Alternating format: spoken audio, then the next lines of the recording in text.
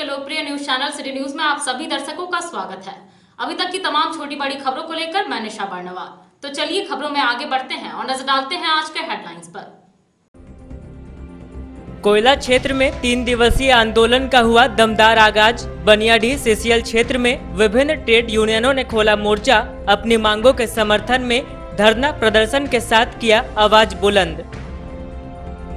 जमीन विवाद को लेकर मारपीट के कई मामले आए सामने। गांवा में हुई मारपीट में आधा दर्जन लोग हुए घायल। इधर बिरनी और राजधनवार में भी मारपीट में कई लोग हुए घायल। सदर अस्पताल में सभी का चल रहा है इलाज। तेज बारिश के बाद टूटा आसमानी कहर। डुमरी में वज्रपात से एक व्यक्ति समेत 4 मवेशी की हुई मौत। मुफस्सिल क्षेत्र में मवेशी समेत एक महिला हुई घायल। और बोड़ो में खुला सारथी ई रिक्शा का शानदार शोरूम। कई गणमान्य लोगों की उपस्थिति में कराया गया उद्घाटन। बताई गई ई रिक्शा की खूबियां। सैनिटाइजर और मास्क के साथ हुआ अतिथियों का स्वागत।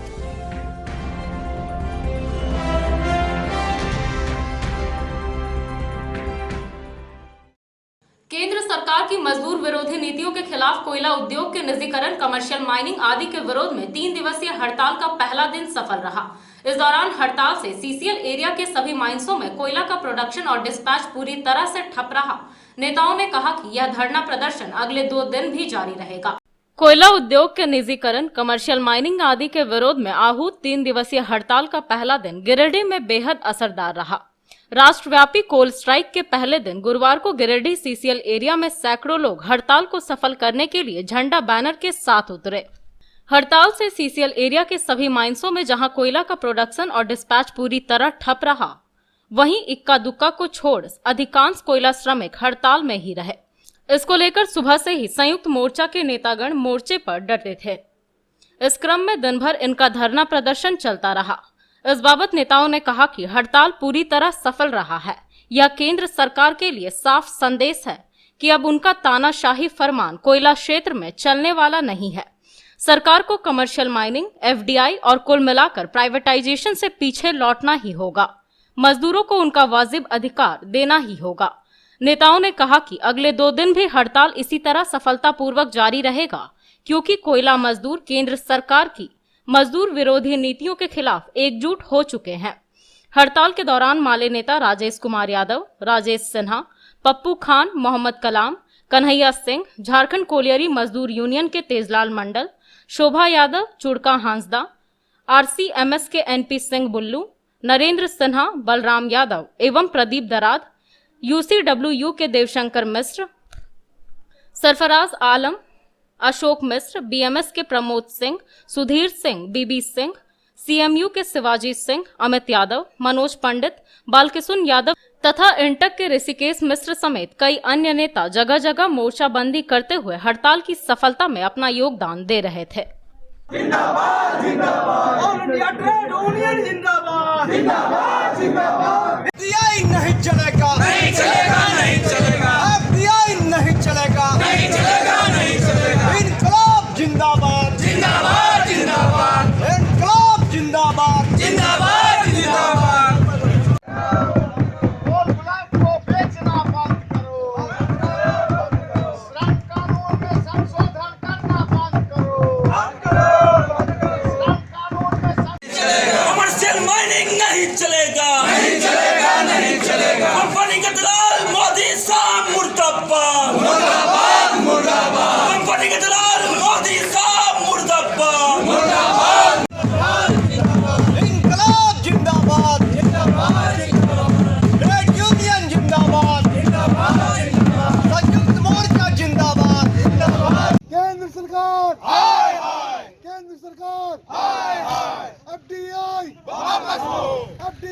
वापस लो, कमर्शियल माइनिंग बंद करो, नरेंद्र मोदी बंद करो, बंद करो, बंद करो, मजदूरों का शोषण करना बंद करो, बंद करो, बंद करो।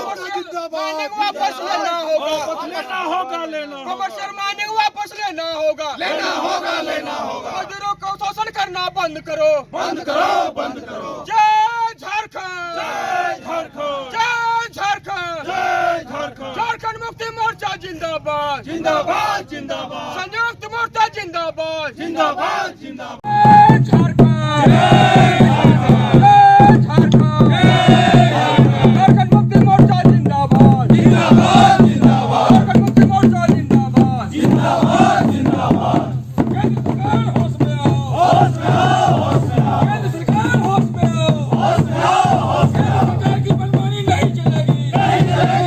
संयुक्त मोर्चा के तरफ से सारे ट्रेड यूनियन ने संयुक्त रूप से जो हड़ताल 3 दिवसीय हड़ताल बुलाया गया है वो हमारा सफल हुआ है। आज का पहला दिन है।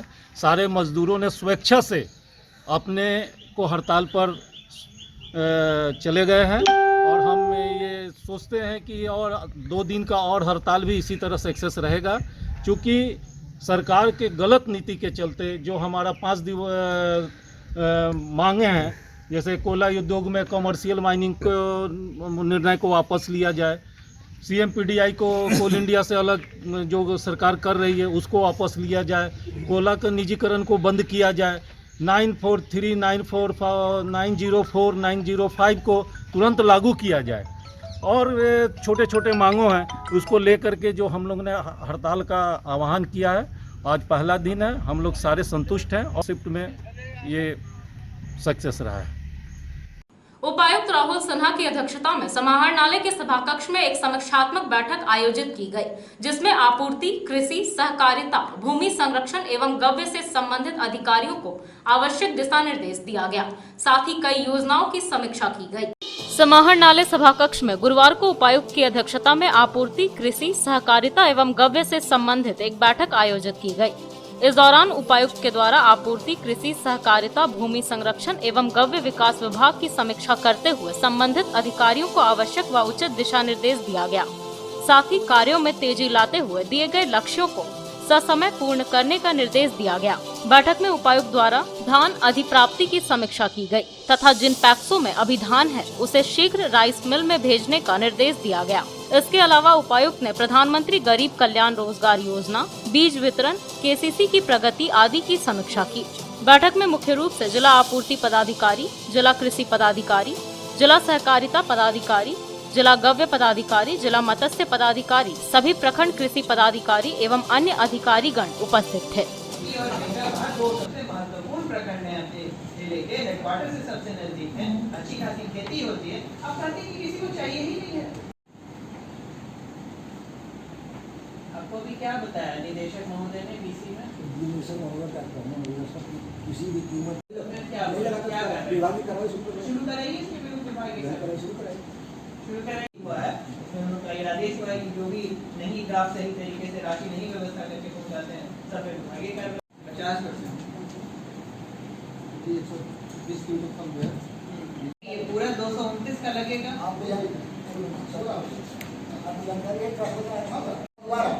मैं आपसे दोबारा पूछ रहा हूँ कि आपको जानकारी है कि ड्राफ्ट लगा है?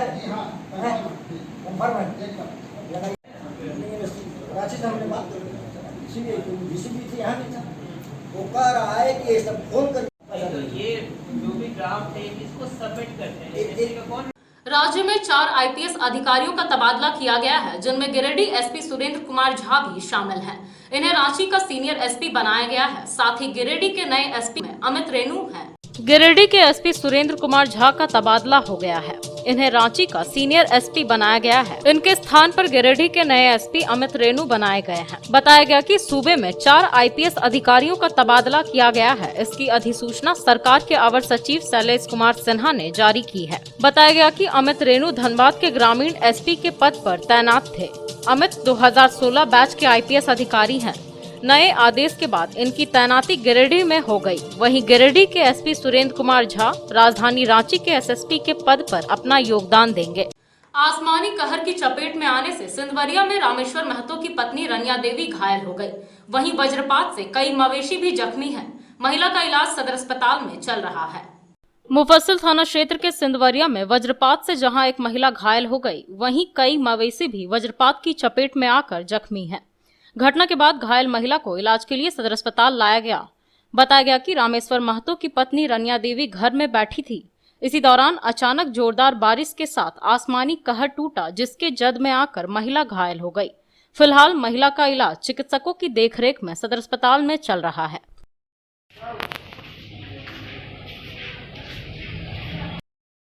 शर्मा कहाँ घर है? जैनी गुला कौन सा थाना? कौन थाना? फतेह था। ये कौन लगती है? अपना परिवार है। क्या नाम है? रनिया देवी। क्या हुआ था? वज्रपात गिरा कब? अभी 12 बजे। कहाँ पे गई थी ये? नहीं घर में। घर में? हाँ घर में। छत का मकान है या नहीं मट्टी का मकान बजर गिर गया? बदल गया। तो क्या हुआ इनको अभी? वही मैंने पैर काम नहीं कर रहा है, बेहोश था, इसलिए तो मैं चला। मैंने को वही वज्रपात मैंने गिरा तो पेड़ फट गया। पेड़ घर के सामने पेड़ था? हाँ घर के सामने पेड़ फट गया? हाँ। बारिश हो रही थी, बारिश के समय वज्रपात हुआ। वज्रपात होते समय बैल सामने था, बैल भी गिर पड़ा और मम्मी घायल हो गई। कितने बैल थे? 12 बजे। बैल कितना था?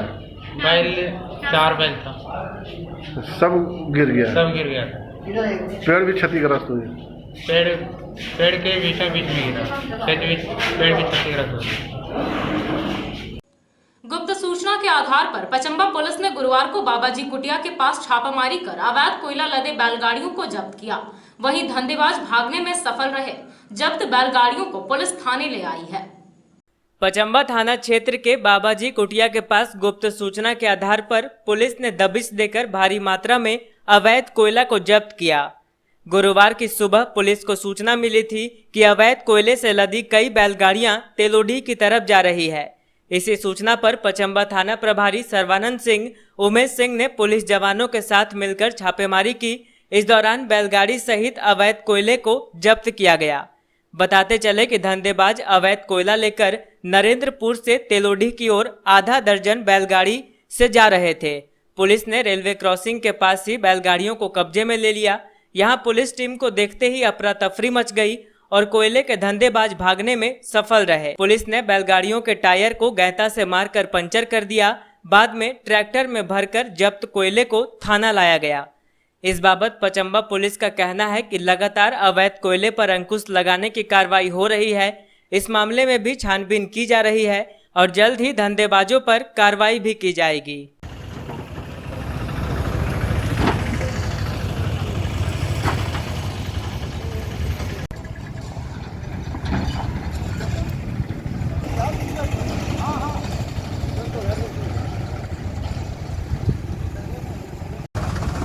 अब ये घर लगा तो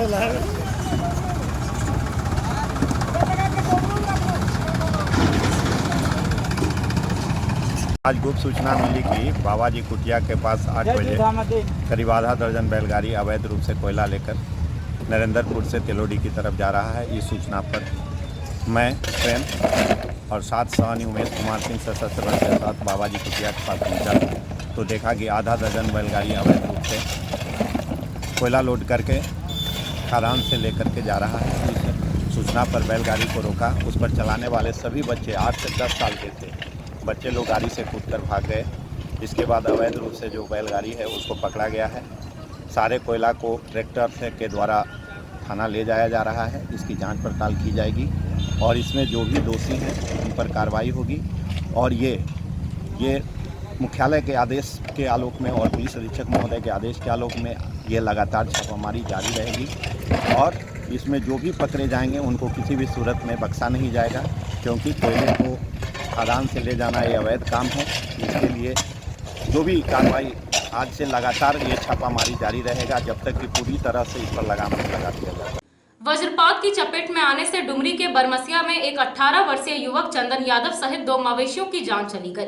ग्रामीणों का मानना था कि गोबर में डालकर रखने से जान वापस आ सकती है, जिसके बाद उन्होंने 2 घंटे तक शव को गोबर में डालकर रखा, लेकिन ऐसा कुछ नहीं हुआ। डुमरी थाना क्षेत्र के बरमसिया में आसमानी कहर टूटने से एक युवक सहित 2 मवेशियों की जान चली गई। बताया गया कि दोपहर में अचानक हुई बारिश के बाद 18 वर्षीय युवक चंदन यादव बारिश से बचने के लिए गांव के ही एक विद्यालय में क्षतिग्रस्त कमरे में मवेशियों के साथ चला गया। इसी दौरान आकाशीय बिजली गिरने से वह बुरी तरह से घायल हो गया। वहीं मौके पर ही मवेशियों की मौत हो गई। सूचना मिलते ही ग्रामीणों ने घायल युवक को मीना जनरल हॉस्पिटल में भर्ती किया, जहां चिकित्सकों ने उसे मृत घोषित कर दिया।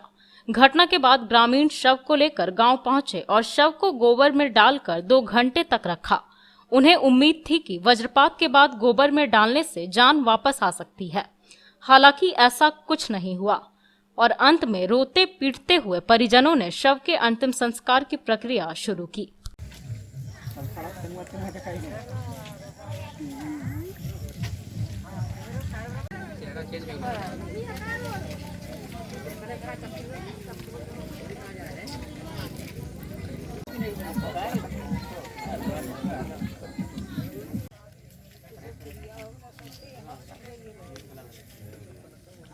कैसे हुई है घटना? ये हुआ है वज्रपात से हुआ। मिडिल स्कूल में खड़ा था बच्चा ये, और वहीं पर वज्रपात गिरा तो इसको ऐसा घटना हुआ। इसका नाम चंदन कुमार यादव है, पिताजी का नाम सेवाचंद यादव है।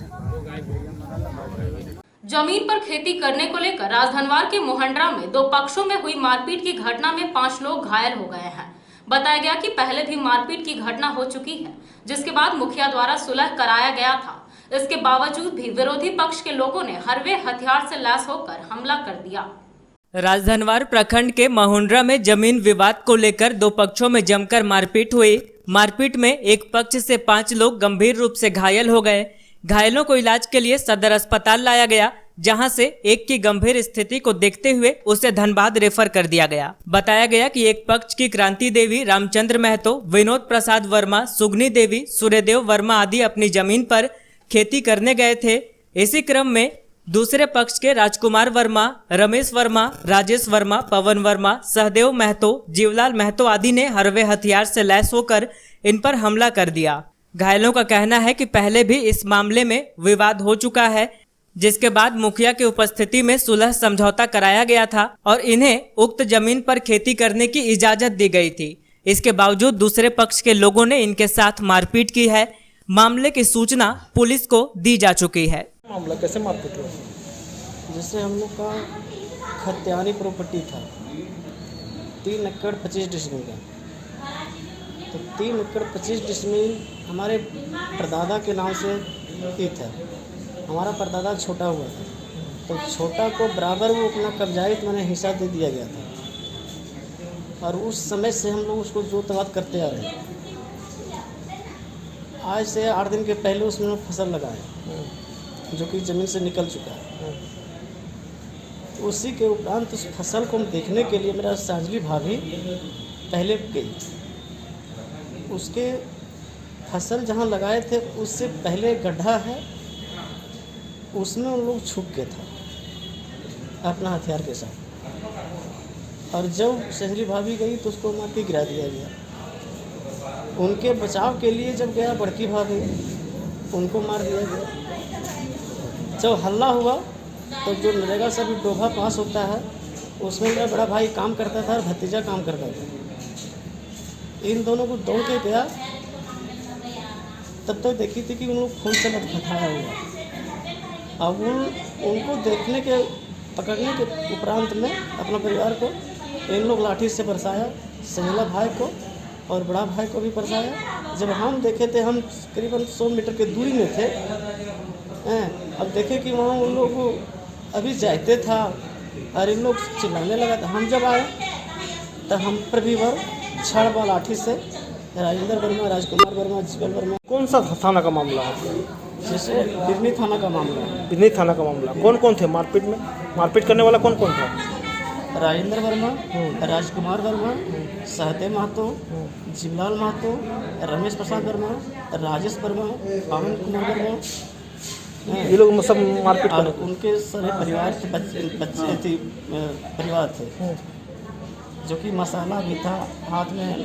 हमारे से जो मारा गया है छड़ था, राजकुमार वर्मा के हाथ में, राजेंद्र वर्मा के हाथ में और पवन वर्मा के हाथ में। बगल में टांगी जब तक भी देखे, और मसाला औरतों लोग भी छीट रहे थे। मतलब हथियार के साथ थे वो लोग? पूरा गड्ढा था, हम लोग समझ नहीं पाए। हम लोग गड्ढा से निकला, रकाई देना चालू कर दिया। मतलब मामला जमीन का था? जमीन का। तो कितना बजे घटना हुआ ये करीबन 6 बजे का घटना। ओ, तो इसकी शिकायत आपने थाना में की थी क्या?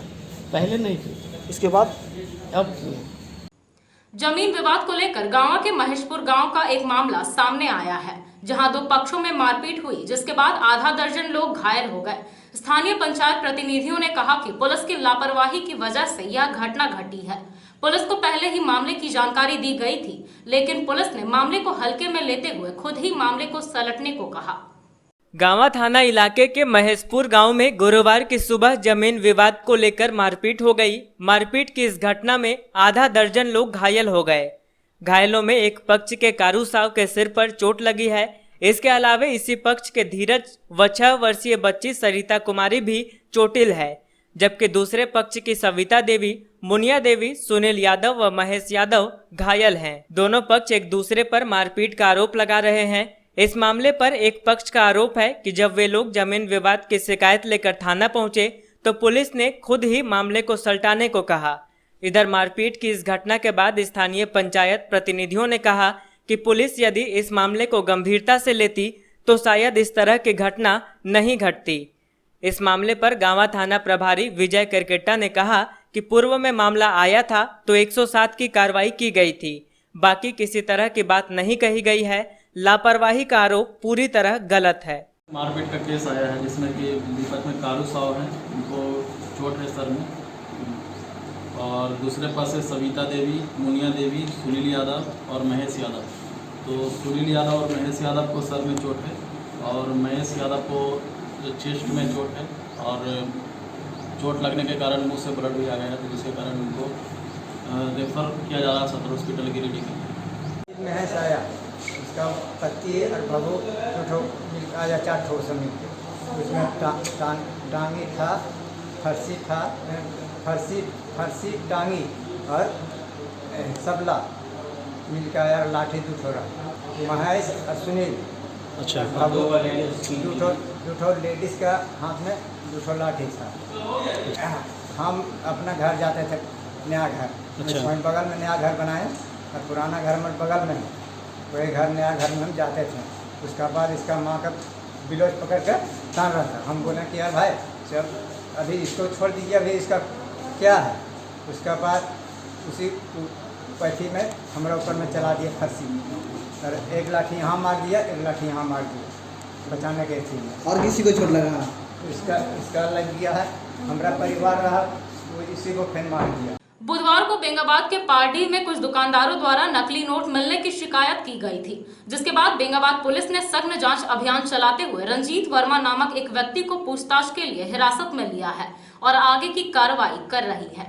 नकली नोट मामले में बेंगाबाद पुलिस सघनता से जांच कर रही है और इस मामले में रंजीत वर्मा नामक व्यक्ति को पूछताछ के लिए हिरासत में भी लिया गया है। बता दें कि बुधवार को बेंगाबाद के पारडीह में कुछ दुकानदारों ने नकली नोट मिलने की शिकायत की थी। इसी शिकायत के बाद गुरुवार को पुलिस सक्रिय हुई और कई लोगों से पूछताछ की। पूछताछ के आधार पर रंजीत वर्मा को थाने ले जाया गया है। देखना होगा पुलिसिया कार्रवाई किस निष्कर्ष तक पहुंचती है। उधर से कीजिए। उस समय हमको मालूम ही नहीं पड़ा, पॉकेट में डाल देना है। जब दुकान में गए तब मालूम पड़ा मेरे को। आपका नाम क्या हुआ? मेरा नाम अर्जुन महातो हुआ। आपका घर? घर मधुपुर हुआ। सुने थे कि जाली नोट आपके पास कुछ मिला हुआ है, तो आप कहाँ से मिला हुआ? जाली मिला हुआ था। मैं पार दे गया था सामान खरीदने के लिए, तो नोट फटा हुआ था, मैंने दुकान नहीं लगा तो रंजीत के पास गया। रंजीत बोला 4 नोट बदले कर राजन, बदली कर दो रंजीत, और 4 नोट हमको दूसरा दे दो। तब वो हमको 4 नोट दे दिया।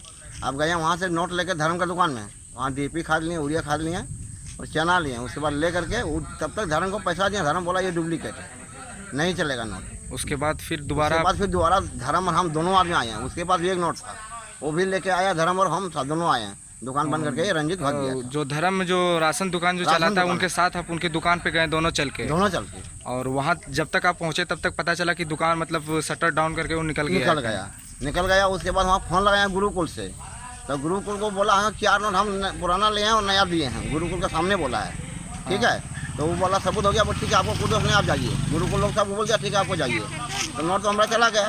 4 नोट हम दूसरे से लिए, वहाँ सामान खरीदे, उधार रखे हम नोट और वहाँ से चल दिए। डॉक्टर्स डे के मौके पर नवजीवन नर्सिंग होम में चिकित्सकों के द्वारा एक कार्यक्रम किया गया। कार्यक्रम में कोरोना काल में लगातार ड्यूटी कर रहे चिकित्सकों को सम्मानित किया गया। साथ ही प्राइवेट डॉक्टरों को भी सुरक्षा मुहैया कराने को लेकर उपायुक्त सिविल सर्जन को एक आवेदन सौंपा गया। कचहरी रोड स्थित नवजीवन नर्सिंग होम में IMA के द्वारा डॉक्टर्स डे के मौके पर इस कोविड-19 में लगे डॉक्टरों का आभार प्रकट किया गया। इस दौरान civil surgeon Awadhesh Sinha, doctor Siddharth Sanyal, doctor Alan Das, doctor Rajesh Chandra आदि को बुके देकर सम्मानित किया गया। वहीं देश भर में ड्यूटी के दौरान जिनका देहांत हुआ है उनके याद में 2 मिनट का मौन रखा गया और कैंडल जलाकर उन्हें नमन किया गया।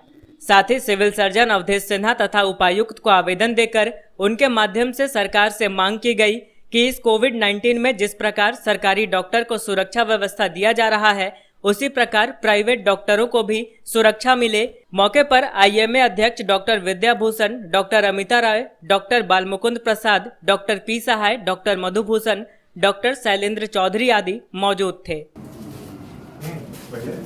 डॉक्टर दास, आपका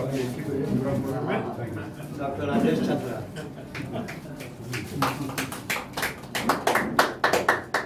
ड्यूटी के लिए तो आप ही को ना रखना। और एक हम लोग का IMA प्रेसिडेंट के लिए और एक उनके अलावा एक सेक्रेटरी को भी मिलना चाहिए, IMA सेक्रेटरी के लिए, क्योंकि ये भी बहुत आगे है, इसमें पूरा अपना सब को संभाले हुए हैं।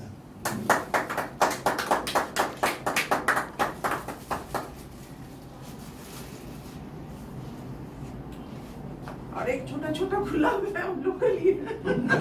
कहाँ है मैडम? नहीं, ऐसा है कि भले ही मैंने, क्योंकि हमारे पत्रकार यहाँ पर जो है हम लोग IMA गिरिडीह की तरफ से दो करके सर, एक मिनट बोलने दीजिए जरा। हम लोग IMA गिरिडीह की तरफ से उपायुक्त या कहिए सरकार को ये एक पत्र दिए थे।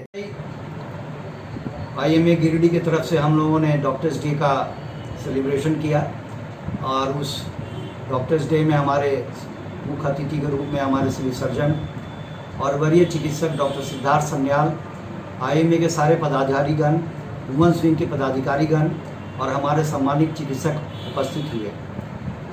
इस डॉक्टर्स डे को हम लोगों ने एक विभिन्न दूसरे तरीके से सेलिब्रेट करने का फैसला किया, क्योंकि कोविड-19 के जो अभी समय गुजर रहा है उस दौर में हमारे चिकित्सक साथी जो बहुत ही विकट स्थिति में अपनी सेवा दे रहे हैं और कितने भी हमारे साथी जो पूरे देश में और पूरे विश्व में कितनों ने अपनी जान गंवाई है अपनी ड्यूटी को करते हुए, उनकी याद में भी हम लोगों ने आज कैंडल जला करके उनकी आत्मा की शांति के लिए हम लोगों ने 2 मिनट का मौन धारण किया।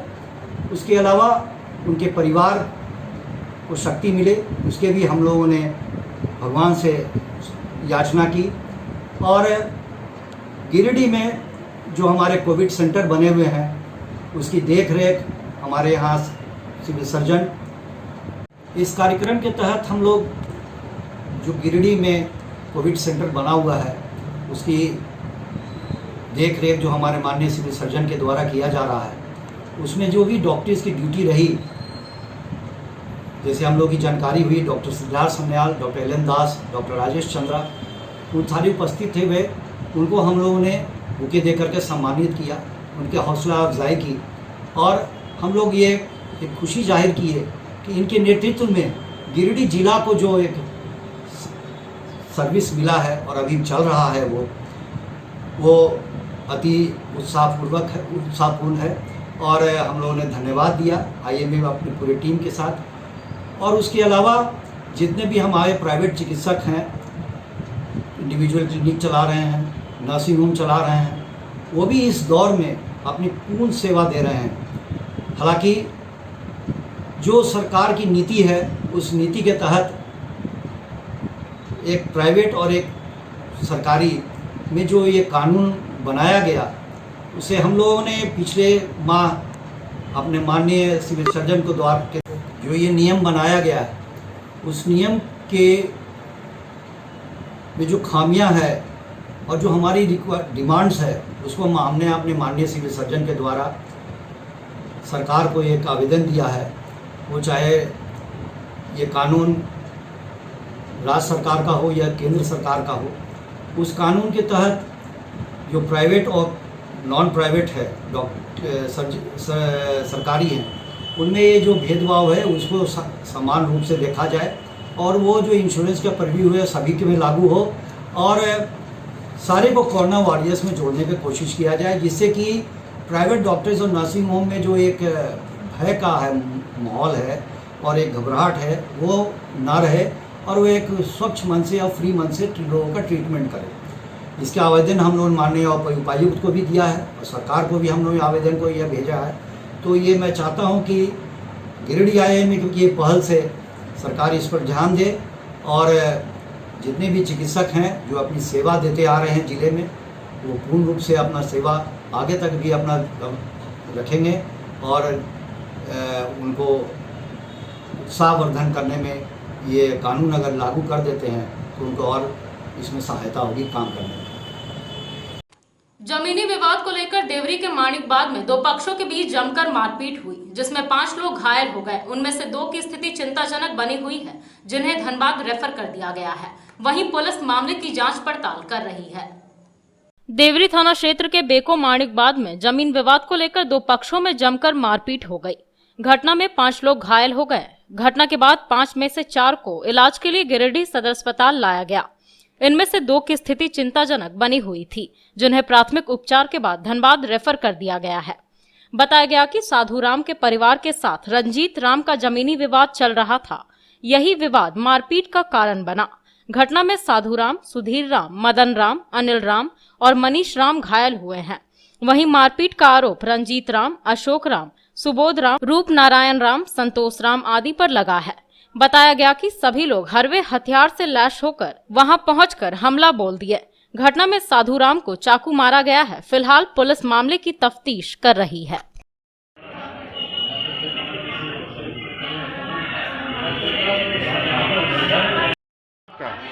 साधुराम कहाँ घर है? बक्को मणिबाग, कौन सा थाना? देवरी थाना। क्या हुआ था? सर जगह जमीन के झगड़े विवाद सर। क्या हुआ फिर? मैंने अगला बार से जगह जमीन में ईटा गिरा रहा था, वो जमीन पर मेरा हिस्सा दावा था, हमने रोके तो उसमें ट्रैक्टर और जेसीबी से माटी गिराना शुरू हुआ। उसमें झगड़ा झंझट हुआ, फिर समझौता हुआ। उस दिन तो तय हो गया, बंद हो गया। हम लोग आपस में पंच के निर्णय लिए। पंच ने कहे कि अप्रैल में यह ज़मीन नापी जोखी होगा, मार्च तक खेती लगा गेहूँ लगा रहता है, तो 20,000 रुपया जमा करो तुम लोग। 20,000 नहीं, हम लोग 2,000 रुपया भी जमा कर दिए और मैंने होली जनवरी में पैसा पूरे जमा करने के बाद फिर भी महेंद्र राम जिसने माटी भरवा रहा था वही महेंद्र राम का बेटा भाला बरछा टांगी करवा के देखा। आज लेके 5वां दिन हो गया। ये झगड़ा कब हुआ? झगड़ा हुआ कौन दिन है तो 5 तारीख में जन्म। क्या हुआ फिर मैंने रात में वो आय काट के मैंने फेंक दिया। फेंक देने के बाद पत्थर दिखाया। पत्थर में बोला कि पत्थर ये तुम्हारा नहीं है, तुम रस्सी ला बिछाओ, 1 इंची निकलेगा, हमने तुमको 1.5 इंची दे देंगे। लेकिन वो नहीं मान करके फिर भी बाजबरन उसे टांगी और पैसा चलाया और चाकू मारा। चाकू भी मारा? चाकू भी मारा है, ये देखिए सर। तो हड्डी पर लगने से जान मेरा बचा, नहीं तो जान काल ही दफन हो गया। थाना में आवेदन दिया है? हाँ, थाना में आवेदन दिए। थाना में से फिर रिपोर्ट मिला है कि ट्रांसफर कर दिए। यहाँ कितने लोग घायल है आप लोग? घायल है 7 आदमी का, तो 2 आदमी का हल्का फल्का है कि 5 आदमी बाजब। वो लोग कितने आदमी थे मारने वाले? वो लोग नाम दिए हैं ना अभी सर, नाम है ना, जैसे 4 आदमी महेंद्र राम, रूप नारायण राम 5 और 3 मुनि राम 8 आदमी। बोड़ो में सारथी ई ऑटो रिक्शा के शोरूम का उद्घाटन गुरुवार को फीता काट कर किया गया। शोरूम संचालक मुकेश साहू ने बताया कि यहां कई तरह के ई रिक्शा उपलब्ध हैं। मौके पर कई गणमान्य लोग उपस्थित थे। शहरी क्षेत्र के बोडो दुर्गा मंदिर के सामने ई ऑटो की सर्वश्रेष्ठ कंपनी सारथी ई रिक्शा के शोरूम का शुभ उद्घाटन गुरुवार को वरिष्ठ अधिवक्ता प्रकाश सहाय, भाजपा नेता सुरेश साव व शोरूम प्रबंधक मुकेश साहू के द्वारा संयुक्त रूप से फीता काट कर किया गया। मौके पर मुकेश साहू ने अतिथियों को मास्क और सैनिटाइजर के साथ सभी का स्वागत किया। उद्घाटन के बाद प्रबंधक मुकेश साहू ने बताया कि हमारे यहाँ कई तरह के ई रिक्शा उपलब्ध हैं। उन्होंने बताया कि 2,18,000 की खरीदारी पर भारत सरकार के द्वारा 36,000 का सब्सिडी दिया जाएगा। उद्घाटन मौके पर राजेश छपरिया, नरेश डालमिया, मुकेश चंद्रवंशी, देवराज, मोतीलाल उपाध्याय, संदीप डंगैच, राजेश जायसवाल, मनोज मौर्य आदि लोग उपस्थित थे। तमाम लोगों ने मुकेश साहू को शुभकामनाएं दी।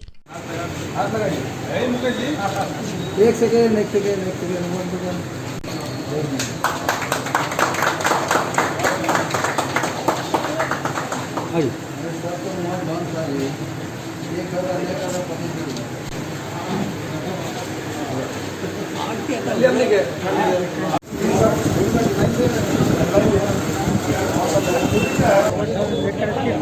मुकेश साहू जी के द्वारा ये नया शोरूम, भव्य शोरूम खोला गया है सारथी ऑटो का। इसके लिए मैं अपनी ओर से और यहाँ पर उपस्थित सभी लोगों की ओर से उन्हें बहुत बहुत बधाई देता हूँ। जैसा कि उन्होंने बताया कि ये एक अपने आप में एक बहुत ही अनूठा प्रकार का टोटो है। इसमें कोई भी फॉरेन कंट्री का कोई सामान नहीं है, टोटल मेड इन इंडिया है। और जो हमारे माननीय प्रधानमंत्री जी का जो नारा है बी वोकल फॉर लोकल, मैं समझता हूँ कि उसके लिए ये बहुत ही अच्छा उदाहरण है। उस नारे को ये बहुत मजबूत करता है और मुझे आशा है कि इस क्षेत्र के लोगों के लिए ये काफ़ी काम आएगा ये टोटो। आज गिरिडीह शहर के लिए और यहाँ की जनता के लिए बहुत ही हम कहते हैं कि एक अच्छा अवसर है। और मुकेश साहू जी को, चूँकि मुकेश साहू जी के द्वारा जो ये शोरूम खोला गया है, इसमें भारत सरकार के द्वारा अच्छी सब्सिडी है इस टोटो में।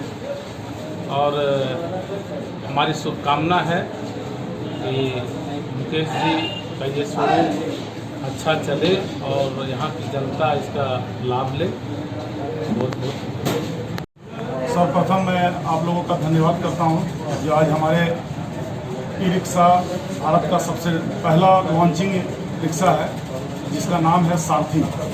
सारथी रिक्शा ये दिल्ली की कंपनी है। उसको देखते हुए मैं ये दावे के साथ करता हूँ कि ये हमारा रिक्शा जो है Indian based complete Indian rickshaw है। इसमें जो लगा हुआ मटेरियल, हमारा इंजन भी इंडिया का है, बैटरी भी इंडिया का है और इसका मोटर भी इंडिया का है। और जो लोहा लगा हुआ है और स्टील, वो टोटल का टोटल टाटा और जिंदल का लगा हुआ है। और हमारे पास एक लिथियम इन बैटरी का है, वो 3 साल का उसमें बैटरी का गारंटी हम लोग देते हैं जो अभी किसी के पास नहीं है। उसके बाद उसमें एलॉय व्हील है और सबसे बड़ी बात है जीपीआर ट्रैकिंग सिस्टम है जो अभी तक ई रिक्शा में कभी नहीं सुना गया था। बड़ी बड़ी कंपनी जीपीआर सिस्टम लगाती थी अपनी गाड़ी में, हमारी ई रिक्शा में जीपीआर सिस्टम है। और ये बोडो जो है हवाई अड्डा से थोड़ा सा आगे दुर्गा स्थान, बोडो दुर्गा स्थान, वहाँ पे हमारी दुकान आज प्रतिष्ठान का शुभारंभ श्री प्रकाश सहाय, वरिष्ठ अधिवक्ता गिरिडीह के, और भाजपा नेता श्री सुरेश साहू जी के कर कमलों द्वारा हुआ। मैं उन लोगों को भी बहुत बहुत धन्यवाद देना चाहता हूँ जो अपने कीमती समय पर आकर हमारा सम्मान बढ़ाए और हमारे शोरूम को उद्घाटन किया। मुकेश जी, ये जो ई रिक्शा है वो क्या रेट से इसका स्टार्टिंग है, कितने? हाँ, ये मैं आप लोग को बता देना चाहता हूँ। हमारा ई रिक्शा जो है 1,56,500 से स्टार्ट होती है। 1,56,500 से स्टार्ट होकर 2,18,000 रुपये तक ये ख़त्म होती है। 2,18,000 रुपये में भारत सरकार की तरफ से जो है 36,760 रुपये का सब्सिडी है। सब्सिडी का क्या प्रोसेस है? सब्सिडी का प्रोसेस ये है कि आप अगर कैश लेते हैं तो ये सब्सिडी साथ में ही लेस हो जाएगी, नहीं तो ये सब्सिडी जब आप लोन चुकता करते हैं तब ये सब्सिडी हमसे आकर ले जा सकते हैं। अगर कैश लेते हैं तो साथ ही साथ ये सब्सिडी वापस हो जाएगी। ये कंपनी क्या मालवाहक वाहन भी बनाई है? हाँ, ये कंपनी मालवाहक भी बनाई है और आने वाला समय में हमारे पास 4 चक्का का भी मालवाहक, लॉकडाउन के चलते, ये दिल्ली कंपनी होने के चलते अभी भी दिल्ली में लॉकडाउन चल रहा है, इसलिए हमारी बहुत सा प्रोडक्ट अभी नहीं आ पाई है। 4 चक्का की गाड़ी जो हमारी नहीं आ पाई है, एक स्कूटी नहीं आ पाई है, ई कैब नहीं आ पाई है, ई टेम्पो नहीं आ पाई है। हमारे पास पूरा का पूरा रेंज है। ऐसा नहीं है कि कोई लोकल कंपनी आती है, 4 रिक्शा फिटिंग करती है और बेच देती है। हमारे पास वो चीज़ नहीं है। ये कंप्लीट ब्रांडेड है। आप कहीं भी गूगल में सर्च करिए और ये आप यूट्यूब में सर्च कीजिए, आपकी इस कंपनी के बारे में पूरा डिटेल निकल जाएगी। तो गिरिडीह के वासियों को क्या मैसेज दीजिएगा? मैं गिरिडीह वासियों से ये आग्रह करता हूँ, अभी कोरोना का जो चल रहा है उसमें मैं सभी से आग्रह करता हूँ कि जो भी आइटम ले, बढ़िया ले, थोड़ा सा समय लगे। आपका भविष्य जो अभी बेरोजगारी ज़्यादा बढ़ी है, उसके लिए मैं ये कहना चाहता हूँ कि ई रिक्शा एक सबसे कमाने का सबसे सरल माध्यम है। सबसे सरल माध्यम है ई रिक्शा, जो आपका रोजी रोजगार जो बाहर से आए हैं उनके लिए भी है और जो यहाँ पे है उनके लिए भी है। बेंगाबाद प्रखंड में मनरेगा योजना में 24% कमीशन के बजाय अब 10% अतिरिक्त कमीशन लिया जा रहा है, जिससे लाभुकों को भारी परेशानी हो रही है। इसी को लेकर स्थानीय लोगों ने उपायुक्त को एक आवेदन सौंपकर प्रखंड के पदाधिकारियों की शिकायत की है और समाहर नाले के समक्ष आगामी 8 जुलाई को धरना देने की बात कही है।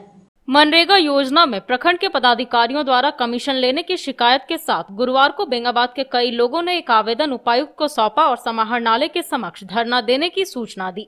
इस बाबत बड़की टाड़ के दिलीप कुमार, दिलीप यादव, राजद के जिला उपाध्यक्ष देवचंद यादव, बहुजन समाज पार्टी के नेता अवधेश सिंह आदि ने आवेदन सौंपते हुए आगामी 8 जुलाई को धरना देने की बात कही। बताया गया कि बेंगाबाद प्रखंड में मनरेगा योजना में 24% कमीशन लिया जा रहा था, पर अब 10% अतिरिक्त कमीशन लिया जा रहा है, जिससे लाभुकों को भारी परेशानी हो रही है। इसी के विरोध में अब आंदोलन करने का निर्णय लिया गया है।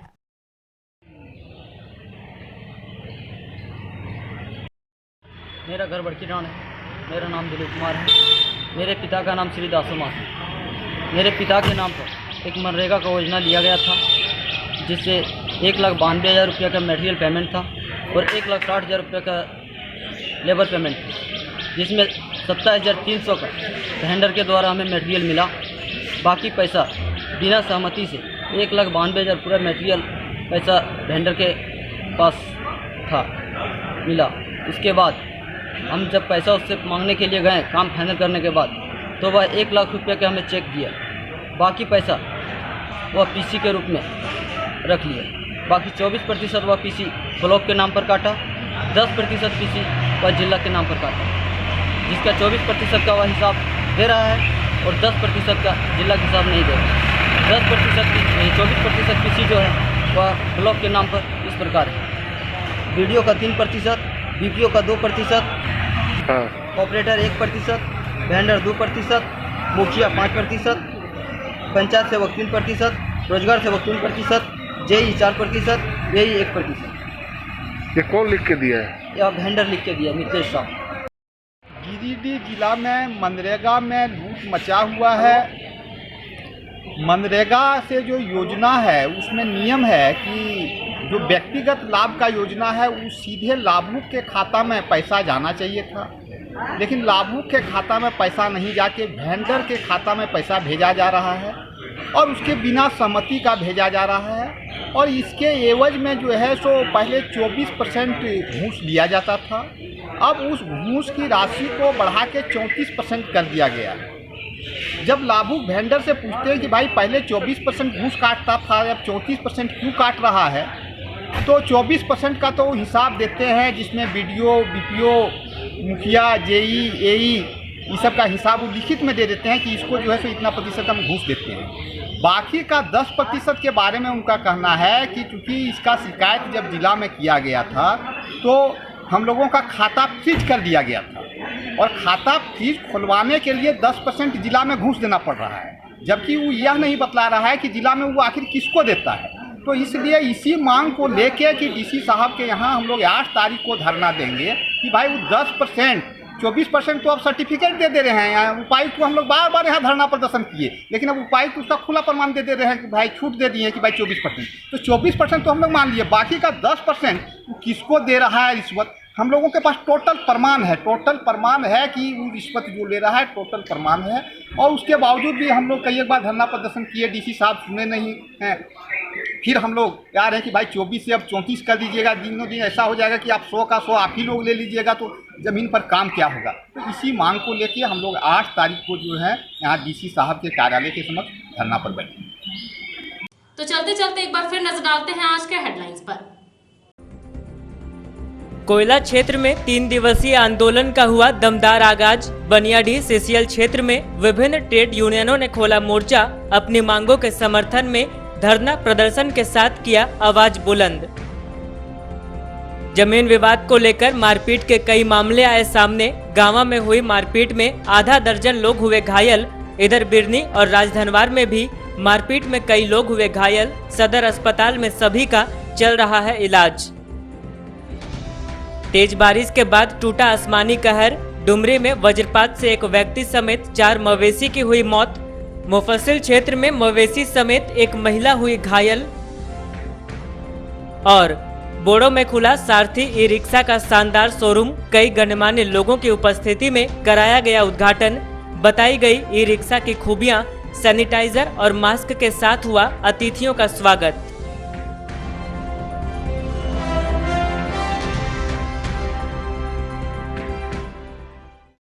तो दर्शकों, ये था हमारा आज का न्यूज अंक। आज के अंक में बस इतना ही। कल फिर होगी मुलाकात कुछ अन्य खबरों के साथ। तब तक के लिए दीजिए मुझे और मेरी पूरी टीम को इजाजत। नमस्कार।